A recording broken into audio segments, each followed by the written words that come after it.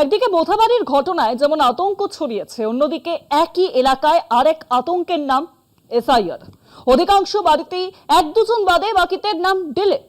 সমস্ত বৈধ ডকুমেন্টস থাকা সত্ত্বেও বাদ গিয়েছে নাম। একদম গ্রাউন্ড জিরো থেকে কি জানাচ্ছে আমাদের প্রতিনিধি, দেখুন। মোথাবাড়ি থানা এলাকা থেকে ঢিলছোড়া দূরত্বে জোতকা বিল পাড়া। এই পাড়াতে বহু মানুষের সঙ্গে আমরা কথা বললাম, একদম সারি দিয়ে বাড়ি।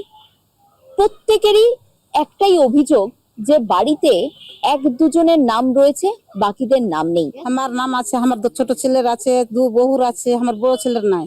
বড় ছেলের কেন নেই কিছু বলেছে? না, কিছু বলে না। মানে বাবার নাম ভুল আছে? হ্যাঁ, ওই হইবে মনে হয়, কিছু আছে ভুল টুল। তোমার কটা ছেলে? আমার দুটা ছেলে একটা মেয়ে। কার কার নেই? মেয়েটার আছে মনে হয়, শ্বশুর বাড়ি আছে। আর দু ছেলের নাই, একটা ছেলের নাই, আর একটা ছেলের আছে, আর দু বহুর আছে। গড়ে দেখতে গেলে প্রতিটা বাড়িতে প্রায় 3 থেকে 4 জনের নাম বাতিল, অর্থাৎ ডিলিটেড। অনেকে তারা অভিযোগ করছেন বা তারা দাবি করছেন যে বাবা মায়ের নাম রয়েছে কিন্তু ছেলের নাম বাদ পড়েছে।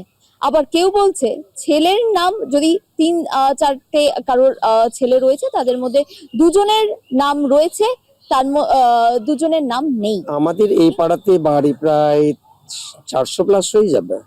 তো এই বাড়িতে মানে প্রতিটা বাড়িতেই কি এই সমস্যা আছে? প্রত্যেক বাড়িতে একজন দুজন করে আছে মিস্টার।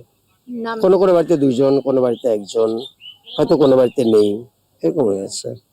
আমাদের ভোটার কেন হলো, আমরা এটুকুই চাই যে আমরা এতদিন থেকে ভোট দিয়ে আসছি, কিন্তু আজ হঠাৎ করে আমরা বাদ পড়ে গেলাম ভোটের তালিকা থেকে, বা আমরা ভারতের নাগরিকই তো হলাম না। তাহলে আমরা কি করে হলাম, ভারতে কি করে আমাদের স্থান হবে, বা আমরা কেন এরকম হলো, এইসব মানুষের একটা ভয় কাজ করছে যে আমরা তাহলে ভোট দিতে পাবো না। এই একাধিক তাদের অভিযোগ, এবং প্রত্যেকেই বলছে যে ঠিক কি কারণে ডিলিট করা হয়েছে তার কোনো রকমই সদুত্তর পাচ্ছে না।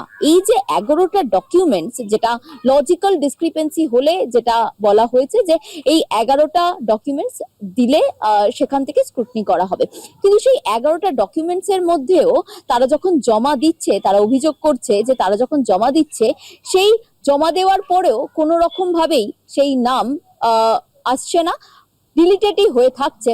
কারণ হচ্ছে, এবং তারা যে একাধিক অভিযোগ তারা আনছেন যে কারোর 4টে ছেলে রয়েছে, দুজনের নাম রয়েছে, বাকি দুজনের নাম নেই। কেন নেই সেই প্রশ্নই কিন্তু তারা আমাদেরকে করছে। দুটা ভাইয়ের মধ্যে এক ভাইয়ের ভালো আছে, মানে ঠিক আছে, একটা ডিলিটে পড়েছে। এটা কিরকম করা হলো? আপনার বাড়িতে কতজনের নাম নেই? আমার বাড়িতে দুজনের। আপনার? আর আমার হাজবেন্ডের। আপনারও নেই? ডকুমেন্ট দিয়েছেন? হ্যাঁ, সবকিছু দেওয়া আছে। বিএলও কি বলছে? ও কি বলবে, ও তো দিয়েছে না ওখানে, আর ওখান থেকে ভুল আসলো তো ও তো কিছু বলতে পারছে না। তারা বিএলও কে প্রশ্ন করছে, তারা আরো যারা এসআইআর এর সঙ্গে যুক্ত যারা রয়েছেন, যারা কনসার্ন আধিকারিক যারা রয়েছে তাদেরকে জিজ্ঞাসা করছে, কিন্তু কেউ সেই সদ উত্তর তাদের দিতে পারছে না। এই গোটা পাড়াটায় আমরা প্রত্যেকটা বাড়িতে গেছি এবং প্রত্যেকের সাথে কথা বলেছি, তাদের প্রত্যেকেরই একটাই অভিযোগ যে তাদের নাম কেন বাদ পড়ছে। তাদের পূর্বপুরুষ থেকে তারা এখানে রয়েছে, তারা ভোট দিয়েছে, কিন্তু হঠাৎ করেই 2026 বিধানসভার আগে এই এসআইআর, এবং এই এসআইআর এ বহু মানুষের নাম বাদ গেছে, তাদের ফ্যামিলি মেম্বারদের নাম বাদ গেছে, তারা ভোট দিতে পারবেন না। তারা কি করবেন তাই নিয়েই কিন্তু তারা দিন গুনছে, এবং তাদের সরকারের কাছে একটাই দাবি যে তারা যাতে ভোট দিতে পারে।